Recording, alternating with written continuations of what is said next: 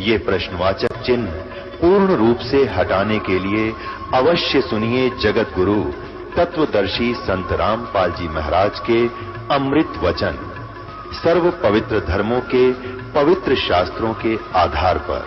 तो पुण्यात्माओं, परमात्मा ने स्वयं आकर के ये ज्ञान दिया है। आप आज के नहीं हो, आप युगों युगों से लगे हुए हो। अब ये जो प्राइम टाइम है भक्ति का, ये भक्ति योग शुरू हो गया। इस दास का जन्म हुआ 1951 में, 8 सितंबर 1951 को। 1947 में भारतवर्ष स्वतंत्र हुआ, तो उस समय तक यहां कोई शिक्षा नहीं थी। उस 1947 के बाद भारत के अंदर एकदम एजुकेशन की क्रांति सी आई है, और दास को भेजा 1951 में परमात्मा ने। और अब ये सब शिक्षित हो गए, बूढ़े से लेकर बालक तक।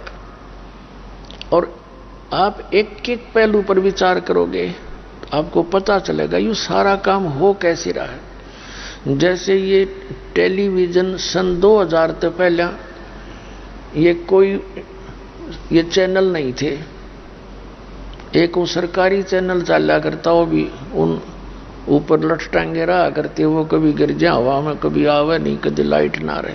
ये मनुष्य सत्र की खोज नहीं है जो ये लगा रखे। इसका नाम कलयुग इसलिए रखा था कि परमात्मा बुद्धि देता है। जो इंस्ट्रूमेंट आज मालिक ने अपना संदेश पहुंचाने के लिए जिनकी आवश्यकता थी वो बनवा लिए, और इनका और कोई ये जहाज ये बम बनाने के लिए नहीं। ये जो इंटरनेट वगैरह सिस्टम बनाया है, एक जगह ज्ञान होगा और पूरे विश्व में उसका प्रचार होगा। अभी तक तो अज्ञान सुनाया जा रहा है, सारी बकवास सुनाई जा रही है। ये मीडिया का काम है, ये अटपट करें सारे दिन अपने स्वार्थ बस, कोई कुछ किसेगी सच्ची किसेगी झूठी, ये सुना में जनता को अंतःकरण खराब कर दिया दूना। नाचने गाने इसमें बकवास भर रखी। ये बनवाया परमात्मा ने है कि इसमें परमात्मा की कथा चला करेगी, और घर बैठे सब देखा करेंगे और गुण गाया करेंगे उस दाता के। विकार खत्म हो जाएंगे। बुराई हमारे को इन फिल्मों से प्राप्त हुई तो इस ज्ञान से वो खत्म हो जाएगी। तो इसका एंटीबायोटिक ये प्रोसेस है जो अब शुरू हो गया। अब ये एक प्राइम टाइम है, ये वो पिछली पीढ़ी का समय है, और धन्य भाग है वो प्राणी जिनका आज मनुष्य जन्म है, और दुर्भाग्य है उनका जो मनुष्य जन्म पाकर यहां नहीं पहुंच पाएंगे। देखो पुण्यात्माओं, दास ने अपनी जान हथेली पर धर के ये आवाज लगानी शुरू करी थी। मैंने इसकी प्लस माइनस सारी लगा ली थी, और पिछले इतिहास भी मुझे पता है कि नकलियों ने उन महापुरुषों को क्या दिया है। उसको ईसा मसीह जी को क्रश कर दिया, और भी बहुत से महापुरुषों के साथ इन्होंने बहुत जुल्म गुजारे। लेकिन सब कुछ देखते हुए परमात्मा के आदेश से दास ने सबके विषय में बोल दिया, और सच्ची कह दी कि ये झूठे हैं, इनका ज्ञान झूठा है, ये मनुष्य जीवन अपना भी बर्बाद करें और आपका भी नाश करें, और प्रमाण के साथ बता दिया।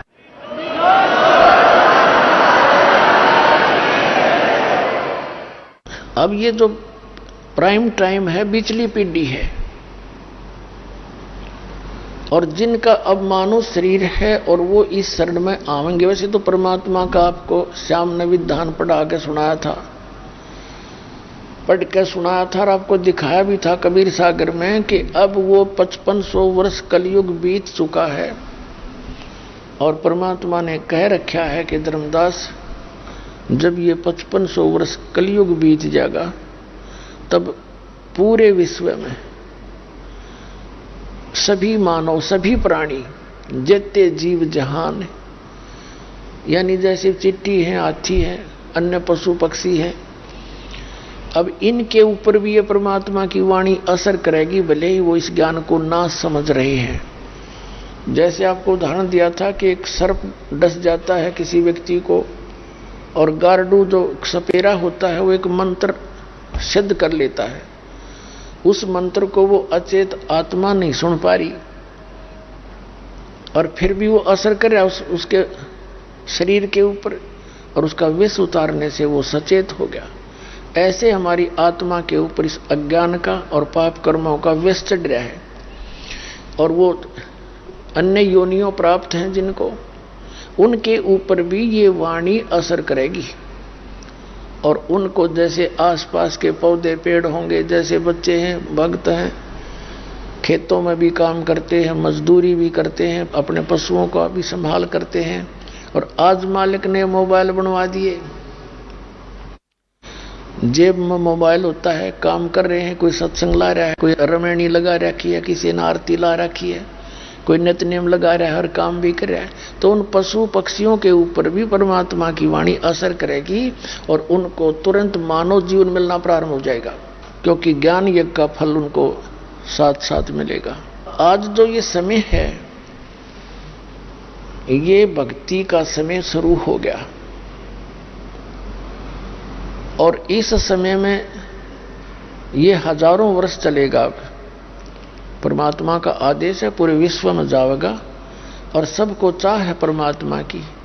ये ज्ञान आपको इतना इस काल के इस झूठे सुख से इतना उल्टा हटा देगा कि आपकी आत्मा स्वीकार नहीं करेगी। यहाँ की चाहे कोई प्रधानमंत्री बनाने की चेष्टा करे आपको, क्योंकि आपको ज्ञान हो जाएगा। इस ज्ञान से पहले थोड़ा सा प्रसंग बताते हैं, फिर सुनाएंगे। अब जैसे ये सही मंत्र और यथार्थ ज्ञान और यही मंत्र जो दास आपको देता है, इसके अतिरिक्त इस मोक्ष मार्ग का कोई मंत्र नहीं है। इस प्रथम मंत्र में से इन लोगों ने बिगाड़ बिगूड़ के, कोई तो एक मंत्र देता किलम किलम किलम, कोई एक मंत्र देता हरम हरम हरम, ये करें जाओ।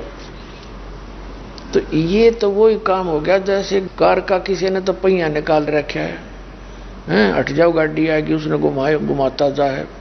किसी ने स्टीयरिंग ले रखा है, हट जाओ गाड़ी आएगी, कार ले रहा हूं मैं। ये सारे मिला के कार बने हैं, ये स्टीयरिंग भी, ये व्हील भी, ये बॉडी भी, ये सारी बनकर गाड़ी है। तो ये सभी मंत्र, ये सारे मिलकर राम नाम की गाड़ी बनेगी।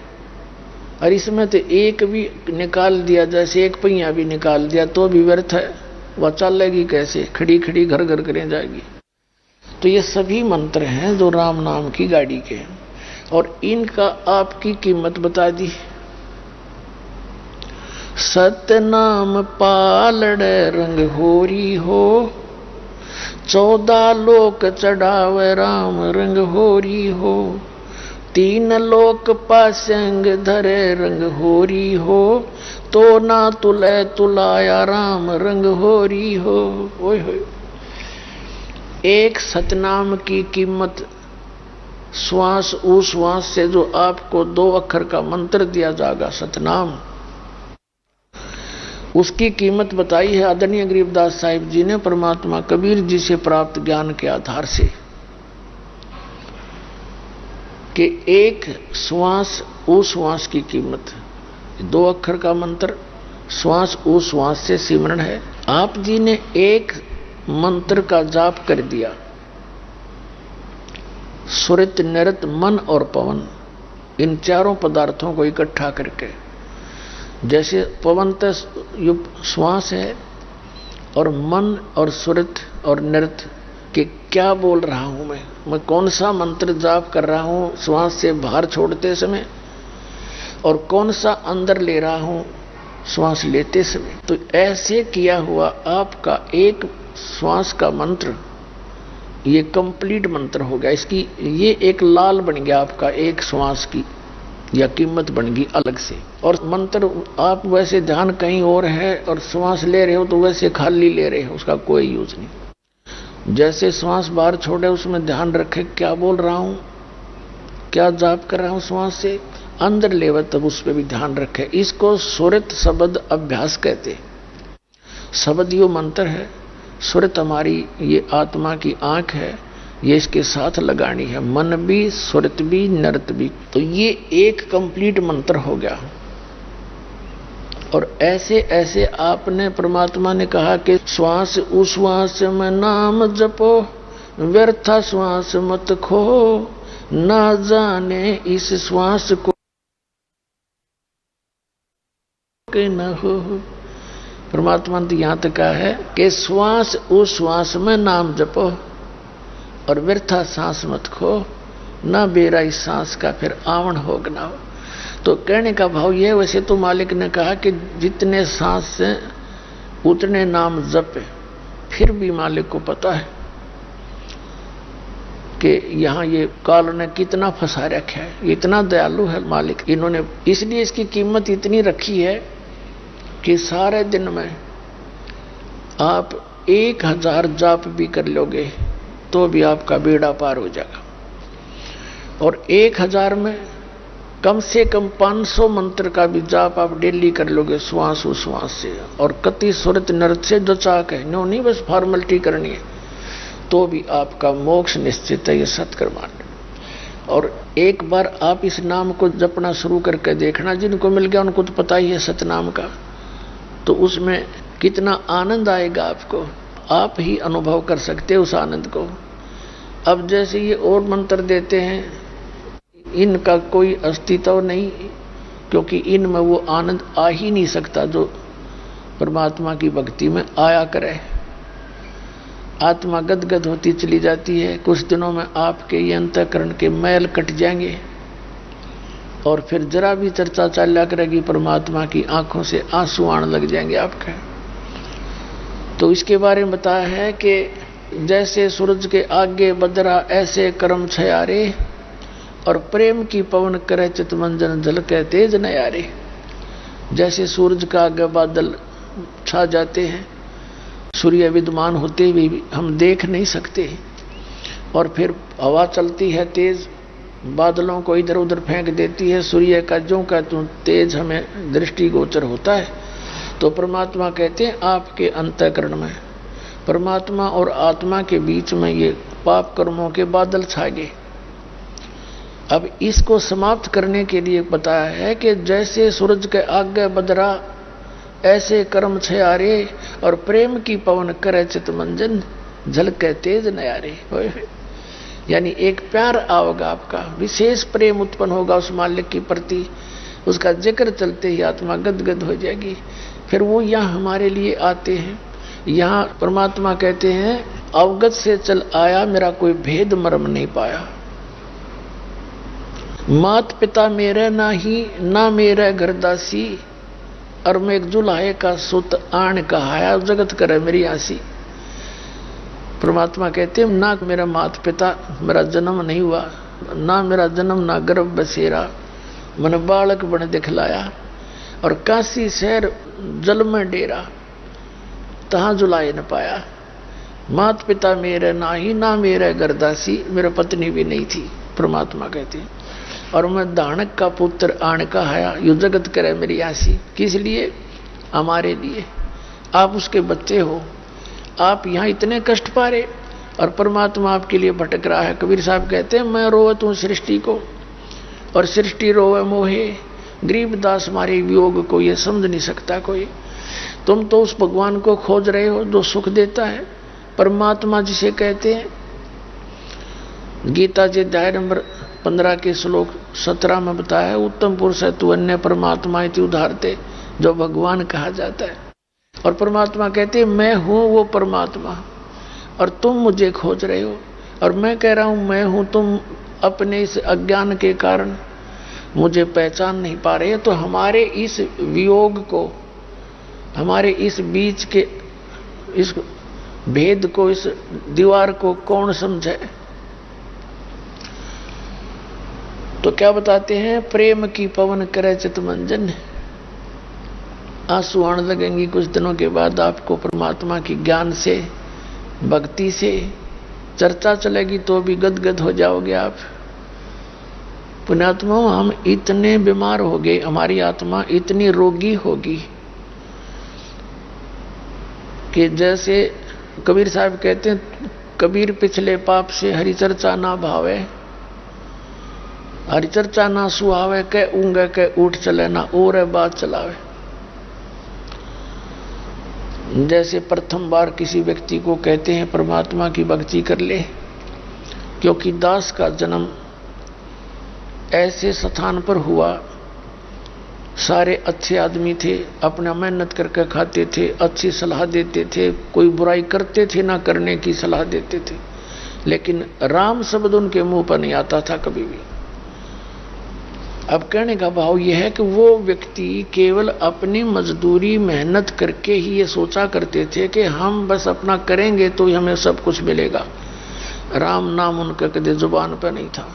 तो ऐसे समय में रहते हुए हम फिर उसी रंग में रंगने लग गए थे।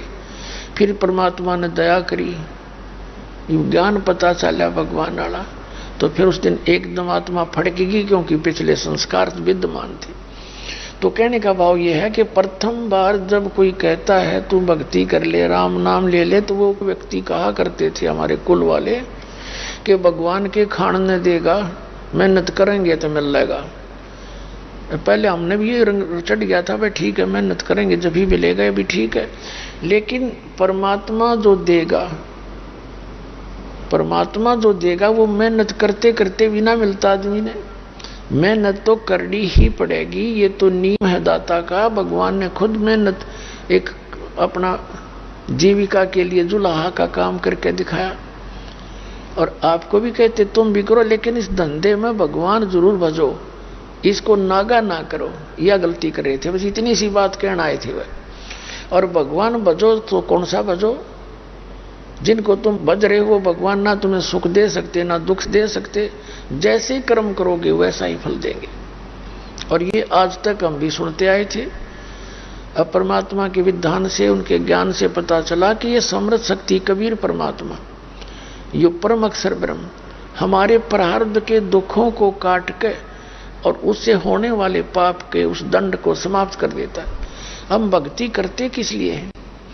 अब कोई दुखी व्यक्ति है, भगवान की खोज में संत के पास जाता है या मंदिर मस्जिद में जाता है, कहीं भी जाता है, उसका उद्देश्य क्या होता है कि मेरे ऊपर आपत्ति या टले, और ये भगवान जो साधना तुम कर रहे इनसे ये टल ही नहीं सकती।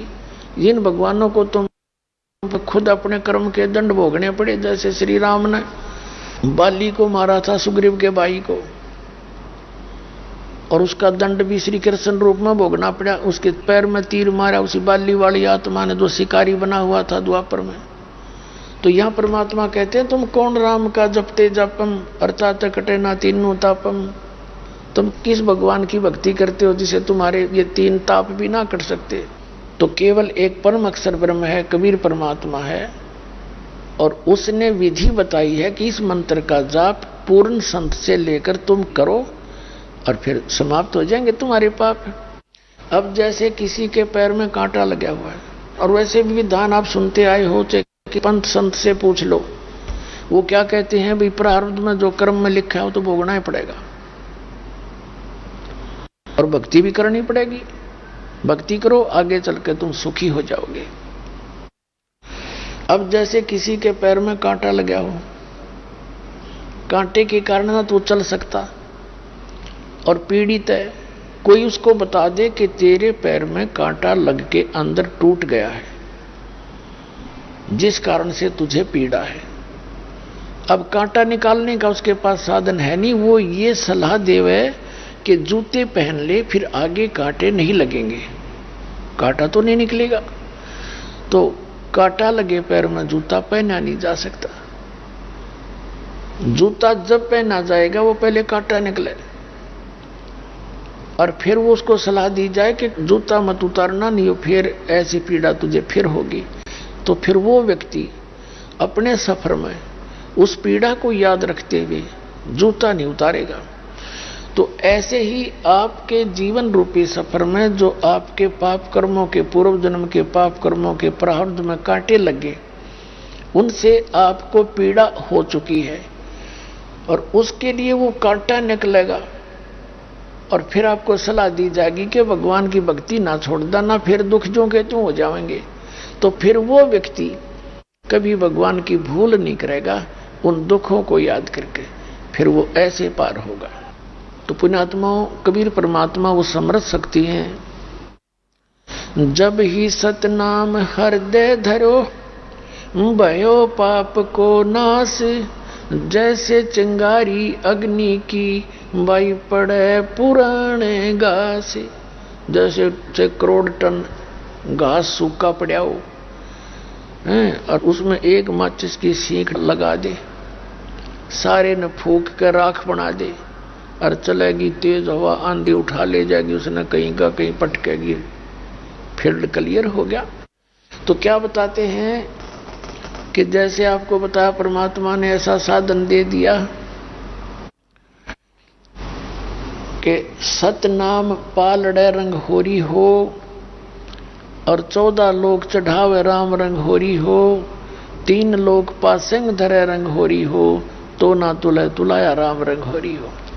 एक श्वास उस श्वास के मंत्र की कीमत आपको बताने जा रहा है दास, परमात्मा के ज्ञान से प्राप्त या वैल्यू इसकी है।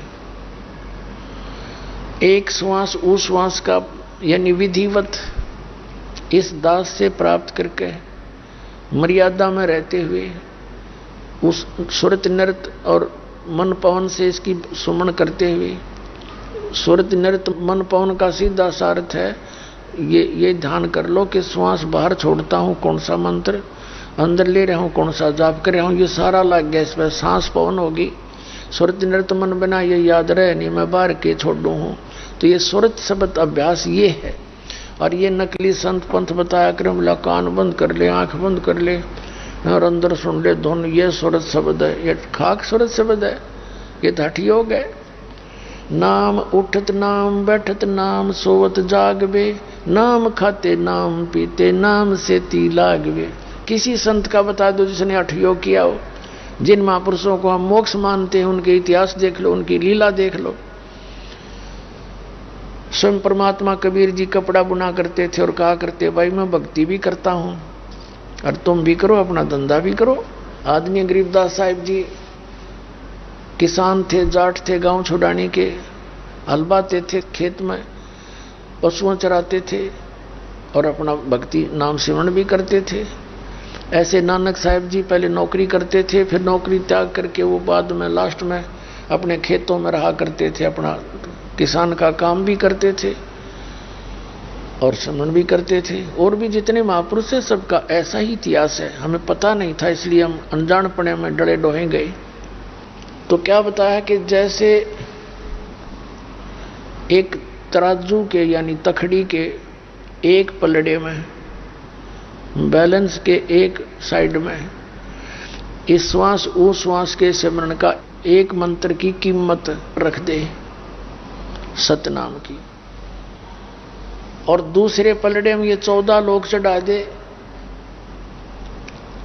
ये 14 लोक होए होए, ब्रह्मा जी का लोक, विष्णु जी का लोक, शिव जी का लोक, इंद्र का लोक, ब्रह्मलोक में बने हुए और नीचे के सारे अतल पतल ये सारे एक साइड में रख दे और एक सिमरण की कीमत एक तराजू के पलड़े में रख दे।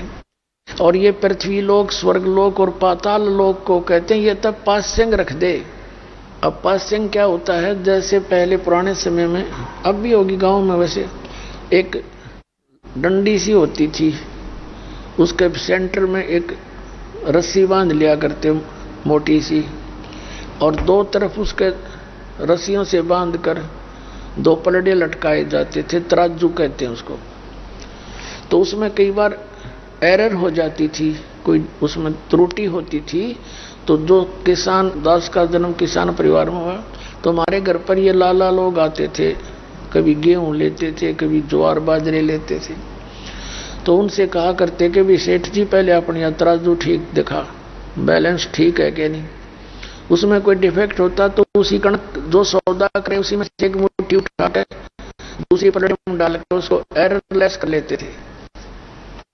तो वो जो थोड़ा सा कणक गेहूं या बाजरा जो उठाकर सौदा कर डाला है तराजू में, उसको लेवल बैलेंस करने के लिए उसको पासिंग कहा करते। वो सौदे में नहीं आती थी, वो तो वैसे पड़ी है तराजू के एक साइड में, और सौदा फिर बाकी शेष होता था। तो परमात्मा कहते हैं ये पृथ्वी लोक और एक कॉमन स्वर्ग लोक है, पितरलोक और स्वर्ग लोक, और नीचे एक पाताल लोक, ये 3 लोक है। तो यहाँ पासिंग रख दे और 14 लोक एक में रख दे, तो ना तुले तुलाया राम रंग होरी हो, यानी परमात्मा के उस एक मंत्र की इतनी कीमत है। तो पुण्यात्मा दुर्दास साहब को बताने जा रहा था, उस दयालु ने आपके ऊपर यह दया बख्श दी, उसको मालूम है कि इस काल ने आपको इतना विचलित कर रखा है, ऐसी स्थिति में रखा हुआ है कि आप इतने व्यस्त कर रखे हो अपने जोड़ जुगाड़ में। तो परमात्मा ने दया बख्श दी कि सारा जन्म है एक 500 नाम भी सिमरन के ले लेंगे ऐसे, फिर कितने धनी बन जाओगे तुम, कितनी कीमत बन जाएगी आपकी। कहते हैं 1000 बार मौखिक जाप, 1 बार का मानसिक जाप, और 1000 बार मानसिक जाप और 1 बार श्वास उश्वास से ये चारों पदार्थ लाके एक सांस एक सिमरन, ऐसा उन 1000 गुना में 1000 10 लाख के बराबर आपका एक सिमरन की कीमत बन गई। तो 10 लाख था मेरे ख्याल में 1 महीने में ना कर सकते और जीव मछाड़े पड़ जाए, और ये एक के सिमरन में इतना धन आपको प्राप्त हो रहा है। तो धनी तो आराम तो हो जाओगे पर रहना मर्यादा में। तो अब जो दास आपको बताने जा रहा है कि अब ये पीक टाइम आ गया, ये वो समय है जिसमें आप पार हो जाओगे। पार कैसे हो जाओगे? अंतिम श्वास तक तो यू जाप करते रहना है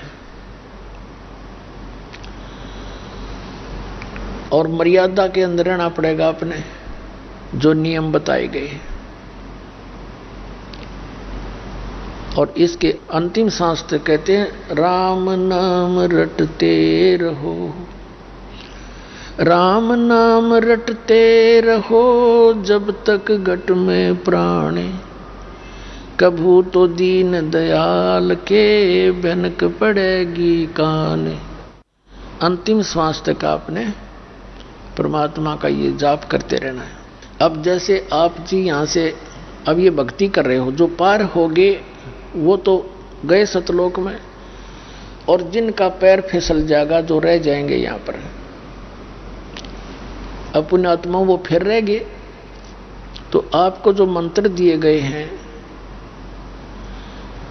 जो प्रथम मंत्र है, इसके अंदर यहाँ के इन प्रधानों के नाम हैं, इनके जाप आप करते हो, इनकी भी बहुत कीमत है। यदि आप पार ना हुए तो क्या होगा आपके साथ में? जैसे आप प्रथम मंत्र जाप करते हो, उसके अंदर ये 5 नाम हैं बीच बीच के, और प्रथम और लास्ट मंत्र है, ये आपका रिजर्व कोटा है, प्रथम और लास्ट। इतने दया करी है आपके ऊपर परमात्मा ने। और बीच के ये 5 नाम हैं, आप पार ना हुए, नाम छोड़ के बीच में रह गए यहीं पर, किसी भी कारण से मर्यादा भंग होगी, तो फिर क्या करेगा ये काल? आपको कहाँ भेजेगा? प्रथम मंत्र में आपको सावित्री और ब्रह्मा का नाम का जाप दिया गया है। आप जाओगे ब्रह्मा जी के लोक में, उस मंत्र की कमाई को वहां नष्ट करोगे। उसके बाद आप गणेश जी के लोक में जाओगे, आपको वहां सिद्धियों का भंडार मिल जाएगा, वहां कोई गण बना दिए जाओगे। फिर उस मंत्र की कमाई वहां नष्ट होगी, फिर जाओगे विष्णु जी के लोक में, और वहां अपने उस विष्णु वाले मंत्र के जाप के कारण वहां देवता बन जाओगे, वहां बर्बाद करोगे। फिर जाओगे शिव के लोक में, जो शिव जी का मंत्र आपको दिया है, वहां गण बनकर वहां खूब प्रभुता पाओगे, अपना पूंजी नाश करोगे। फिर जाओगे दुर्गा जी के लोक में, वहां अपनी उस मंत्र की कमाई का नाश करके फिर आपको जो सतनाम दिया हुआ है, अपनात्माओं आप बालक हो और दास को इस मार्ग का एक मास्टर समझो। कई भक्त ये सोचते हैं कि जो प्रथम मंत्र दिया था और फिर सतनाम मिलता है, उसमें भी मंत्र मिलते जुलते हैं, तो पुण्यात्माओं ये आपका काम नहीं है, ये डॉक्टर का काम होता है। कौन सी दवाई कैसे मिलाकर देने से और कौन से रोग पर असर करेगी। जड़ी वही होती हैं, एक सिंगल जड़ी को खाने से वो अन्य लाभ देती है, 4-5 जड़ी मिलाकर औषधि बनाई जाती है, वो कुछ और काम करती है। और उसकी दो जड़ी मिलाई जाती हैं तो किसी अन्य रोग में काम करती हैं, जड़ी वही होती है। तो इतना संकेत समझ लेना। फिर किस भाव से हम सिमरण करते हैं? जैसे एक जहाज होता है, अब जहाज में हम जहाँ की टिकट लेकर बैठेंगे तो वहीं जा छोड़ेगा वो तो, या गाड़ी है जैसे भी मोटर है जिसमें बैठे आप, इसी प्रकार ये नाम एक जहाज समझो। अब जिसको उद्देश्य लेकर जहाँ चलोगे वहीं जा छोड़ेगा आपको, ऐसे भी ध्यान रखना। तो कहने का भाव ये है कि फिर ओम नाम का जो जाप आप श्वास उस श्वास से करोगे, जो सतनाम के 2 मंत्र में से एक है, इसके कारण आप ब्रह्मलोक में जाओगे। ब्रह्मलोक के अंदर इस काल ने एक नकली सतलोक, नकली अलखलोक, नकली अगमलोक और अकैलोक बनवा रखे हैं इस दुर्गा से धोखे में रखने के लिए प्राणियों को। तो वहां महास्वर्ग के अंदर ओम नाम की जो श्वास के द्वारा जो सतनाम में सिमरण है, उसकी पूंजी नाश करोगे, हजारों युगों तो का पुहारोगे। फिर जो सतनाम के अंदर दूसरा मंत्र है, उसकी कमाई आपको वही नकली सतलोक बना रखा है इस काल में। जैसे होटलों के अंदर अलग से व्यवस्था होती है, जो घना महंगा उसके घनी व्यवस्था होती है, ऐसे वहां उस दूसरे मंत्र की कमाई का आपका नाश करवा देगा।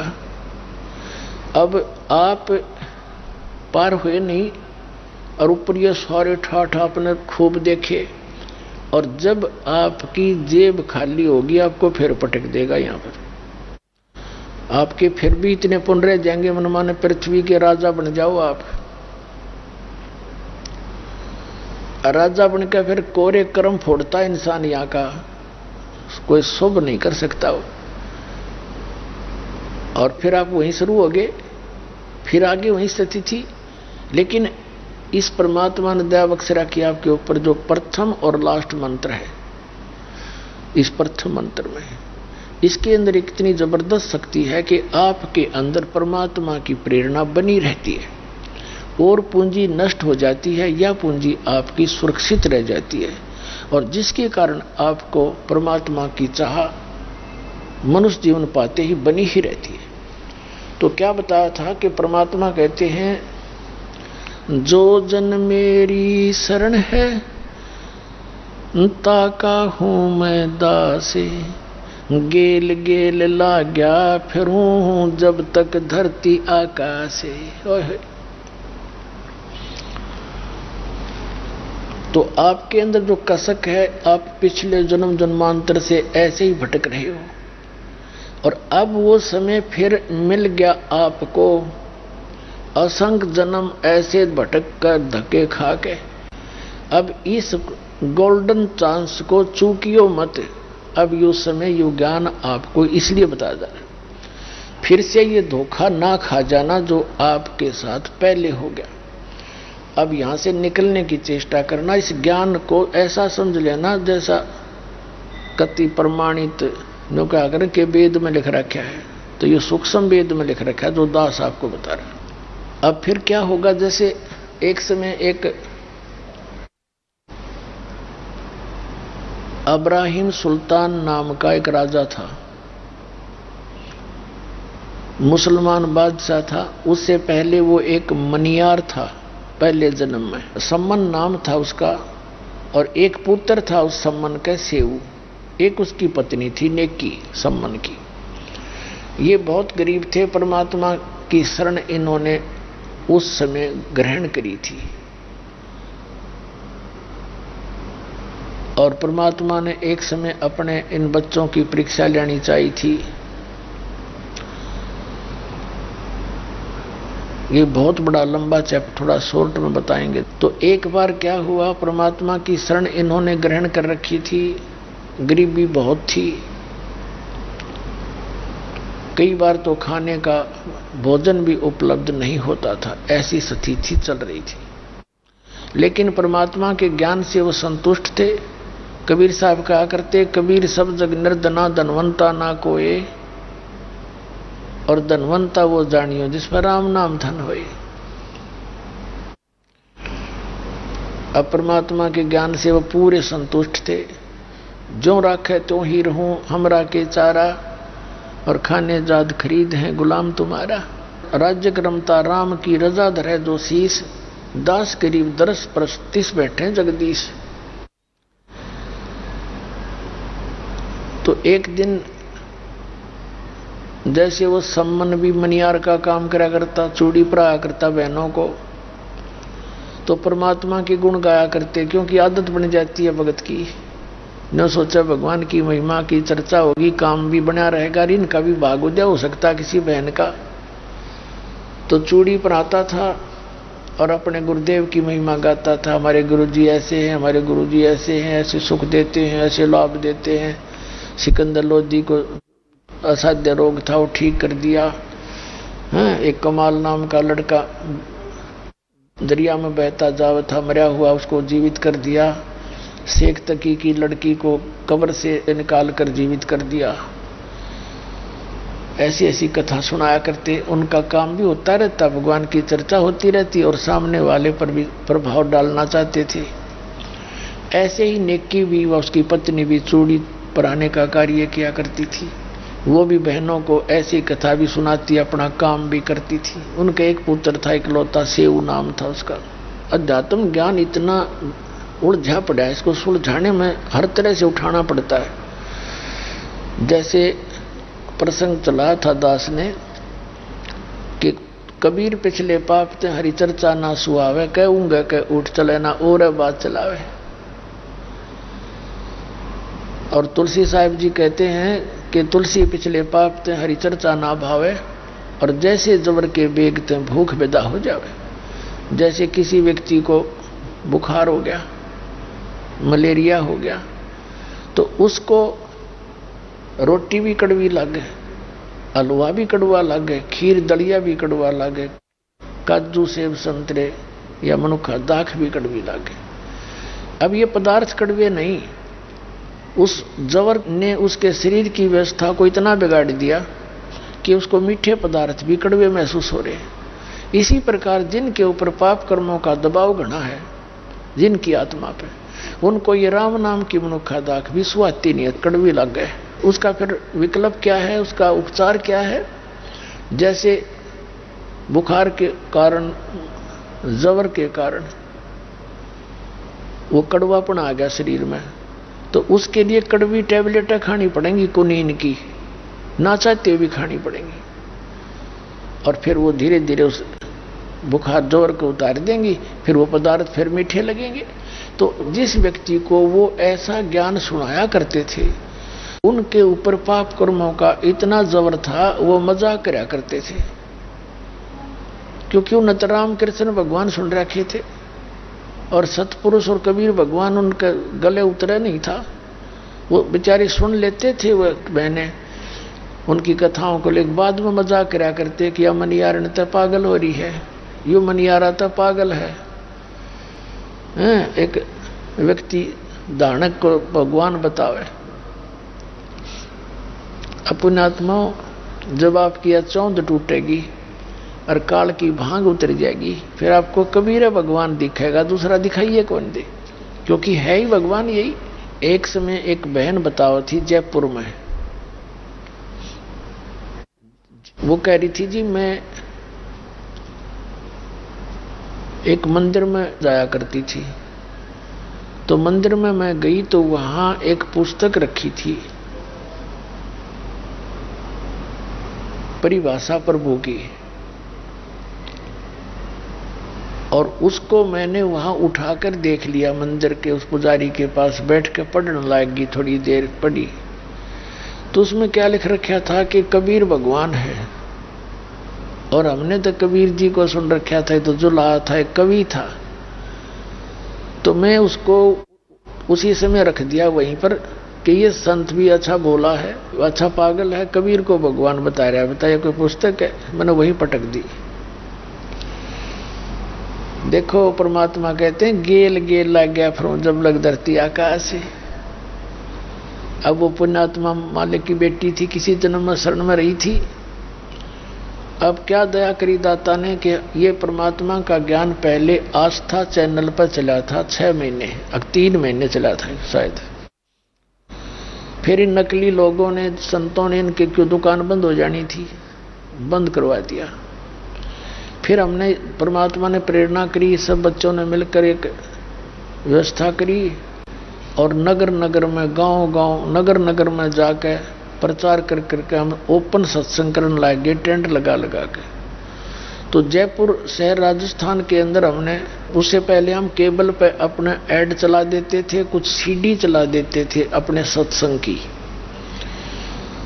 तो बहन बता रही थी अपनी सारी कहानी और रो रही थी, कहने की जी मैं कुदरती शाम के समय मैंने वो ऑन किया टीवी, तो आपका सत्संग आ रहा था और मैं देवी की पुजारण गणी थी और आप देवी पुराण दिखा रहे थे, तो मेरा इंटरेस्ट बढ़ा कि कोई नया रहस्य बताएंगे।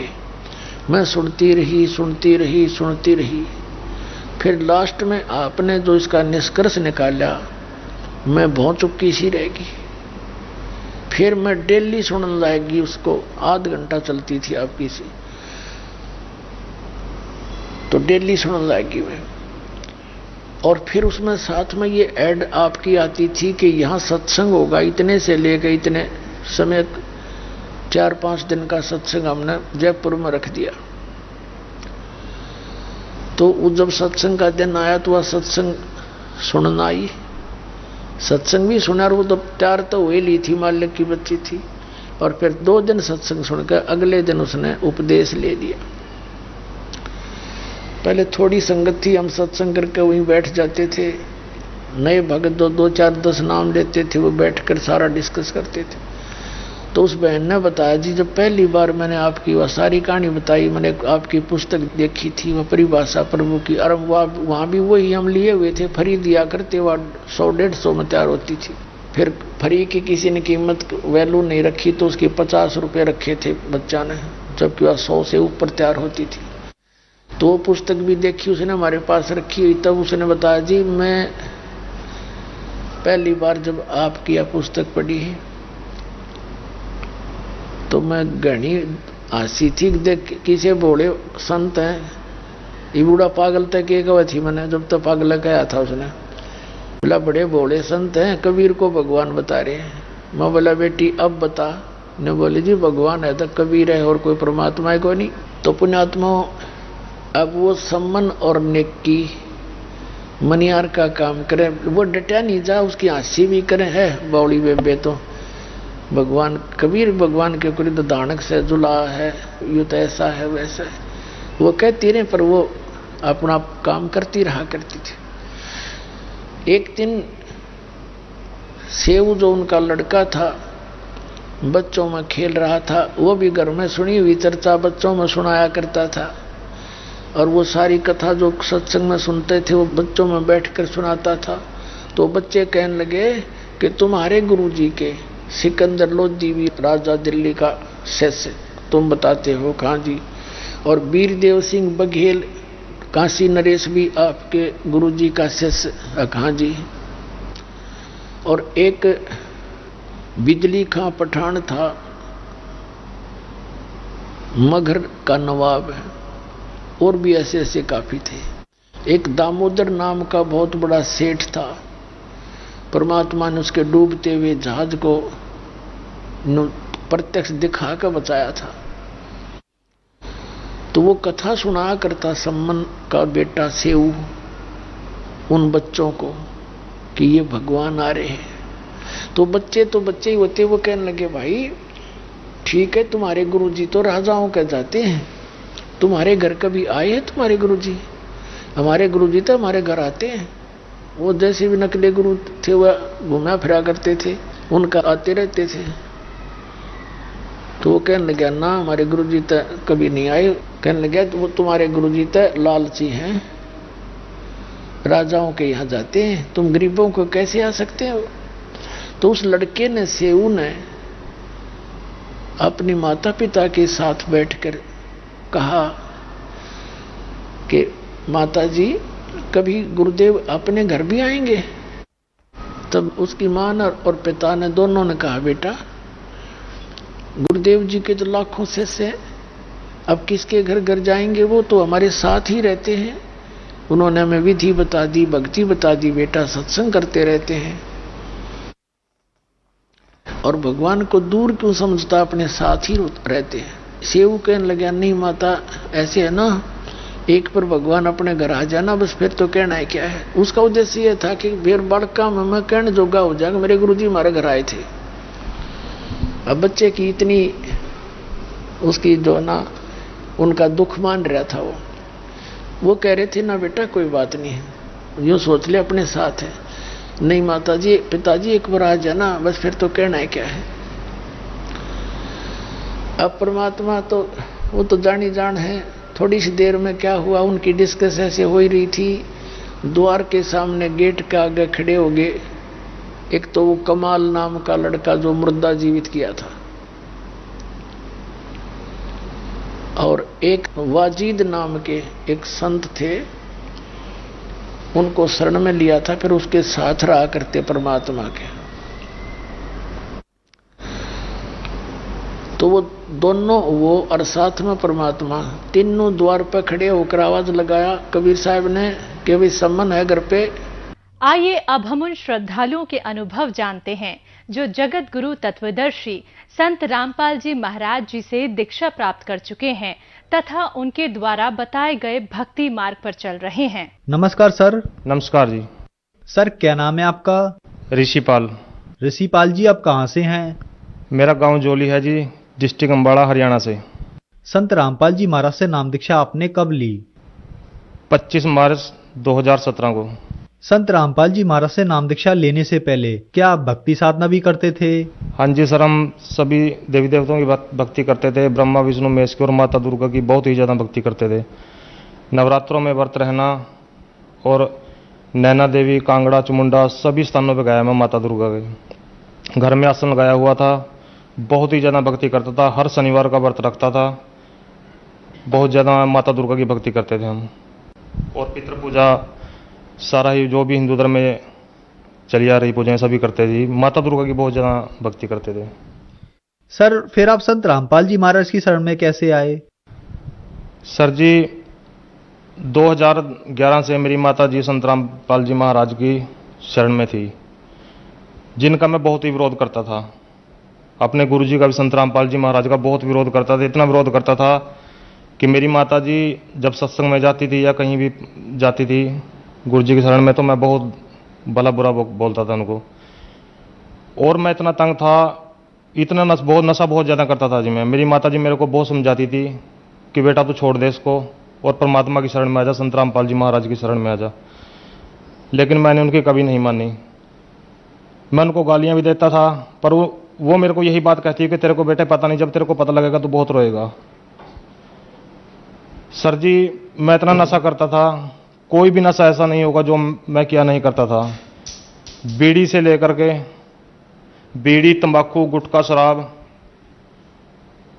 बुक्की, सुल्फा, गांजा, शराब, सब चीज़ का नशा करता था मैं।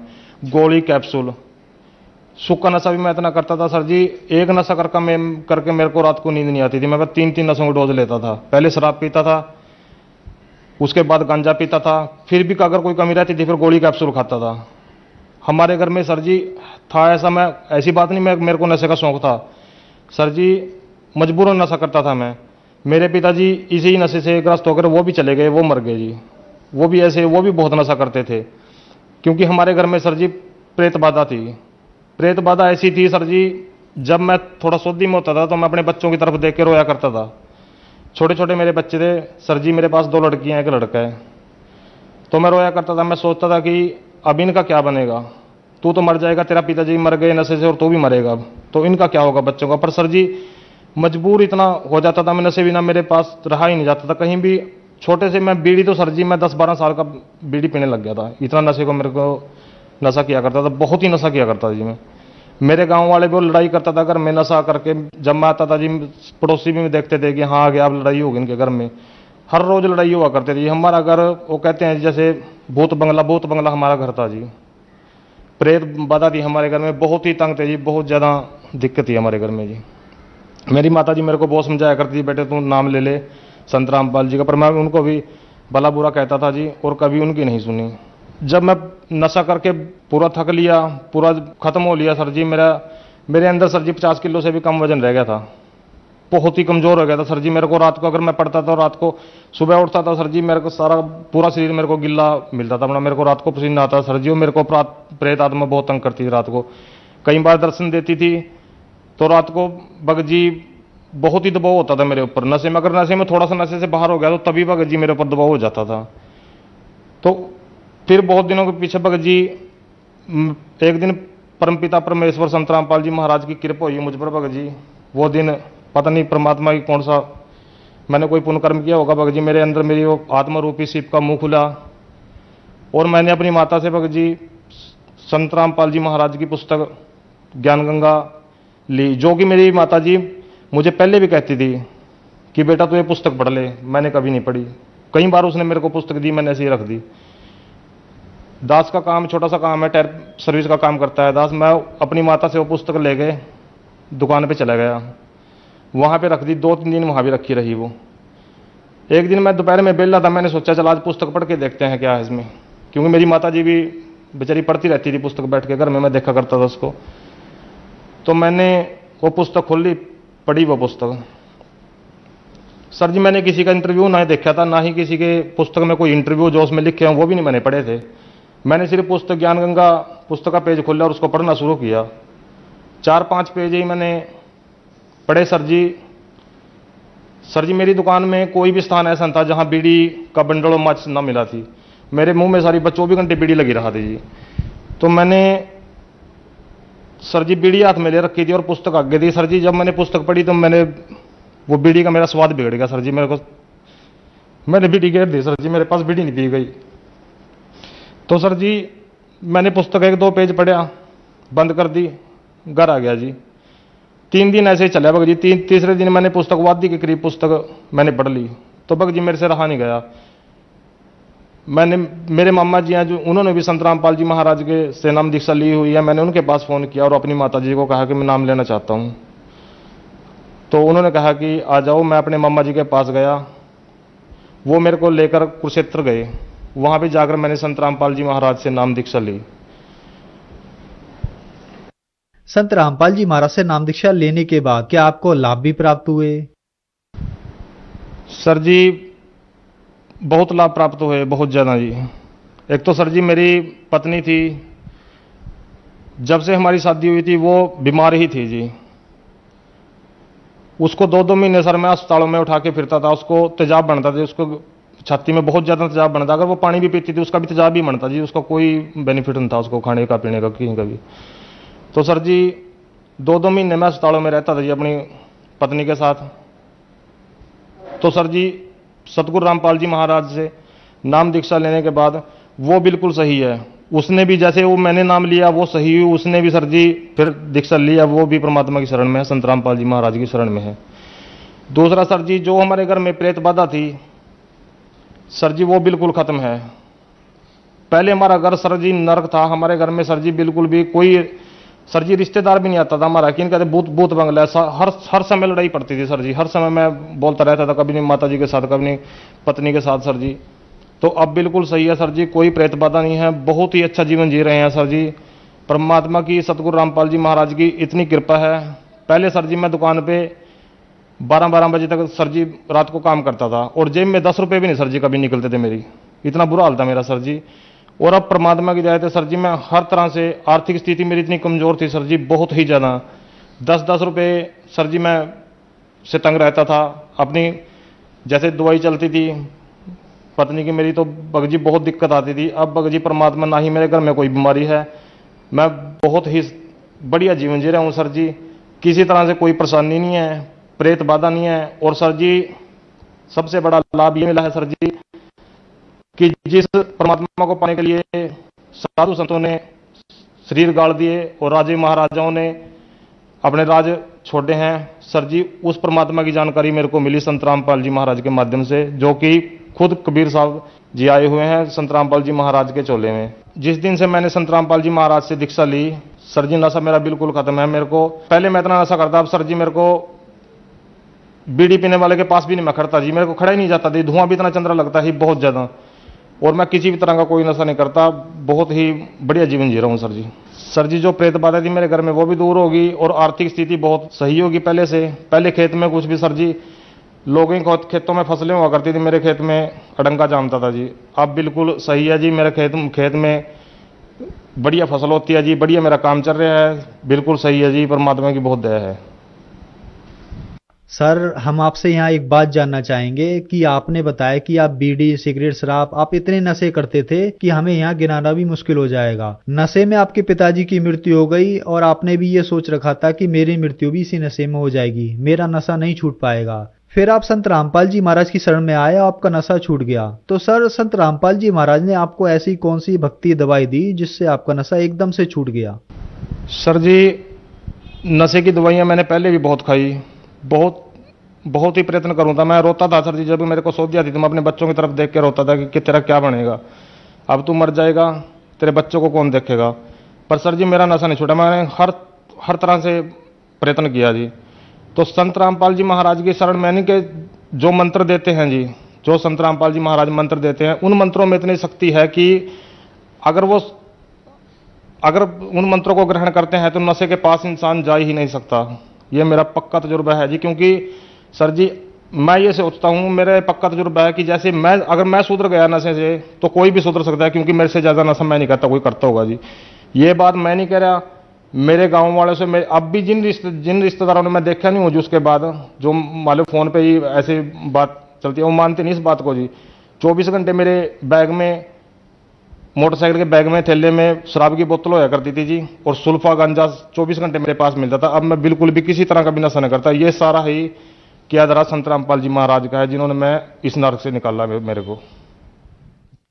सर जो दर्शक आज आपको देख रहे हैं, आप उनके लिए एक बहुत बड़ा उदाहरण है, जो नशा नहीं छोड़ पा रहे हैं। नशा एक बहुत गंभीर समस्या बन गया है, उनके लिए आप क्या कहना चाहेंगे? सर जी देखो, ऐसे नशा नहीं छोड़ सकता। सरकार भी नशा छुड़ाने के लिए इतना प्रयत्न करती है, इतना पैसा खर्च करती है, पर नशा नहीं छोड़ सकता। क्योंकि जब तक ये अंदर काल रूपी मन बैठा है, जब तक ये नहीं हटेगा अंदर से, ये मन ही नहीं करेगा नशे के लिए, नशा नहीं छोड़ सकता। और ये मन नहीं तब करेगा जब संत रामपाल जी महाराज की शरण में आएंगे, क्योंकि यही वो सुप्रीम पावर है, यही वो परमात्मा है जो नशे से इंसान को निकाल सकते हैं। नहीं तो नशे से, मेरे पिताजी सर्विस में थे, पढ़े लिखे थे, मैं तो इतना पढ़ा लिखा नहीं हूं, मेरे पिताजी पढ़े लिखे भी थे, सर्विस में भी थे, हम उनके बच्चे थे, वो भी रोते थे हमको देख के जी कि मैं मर जाऊंगा, मेरे बच्चों का क्या होगा। पर सर जी वो मर ही गए, नशा नहीं उनके पास छूटा जी। डॉक्टरों ने भी जोर लगा लिया, उनको करते करते उनको टीबी की बीमारी हो गई थी सर जी। डॉक्टरों ने इतना जोर लगाया कि बीड़ी छोड़ दे सर जी, वो बीड़ी भी नहीं छोड़ सकते, शराब तो कहाँ छोड़ देंगे, बीड़ी भी नहीं वो छोड़ सके सर जी, वो मर के निकले। तो संत रामपाल जी महाराज ही इस नशे से छुटकारा दिला सकते हैं, नहीं संसार में कोई ऐसी दूसरी पावर नहीं है जो इस नशे से बाहर निकाल सकती है इंसान को। सर संत रामपाल जी महाराज से नाम दीक्षा कैसे ली जा सकती है? आज कई चैनलों पे संत रामपाल जी महाराज के सत्संग आता है, उसके नीचे पीली पट्टी चलती है, उस पर नंबर है, उनसे कांटेक्ट करके संत रामपाल जी महाराज से नाम दीक्षा ले सकते हैं। धन्यवाद सर। सत साहिब जी।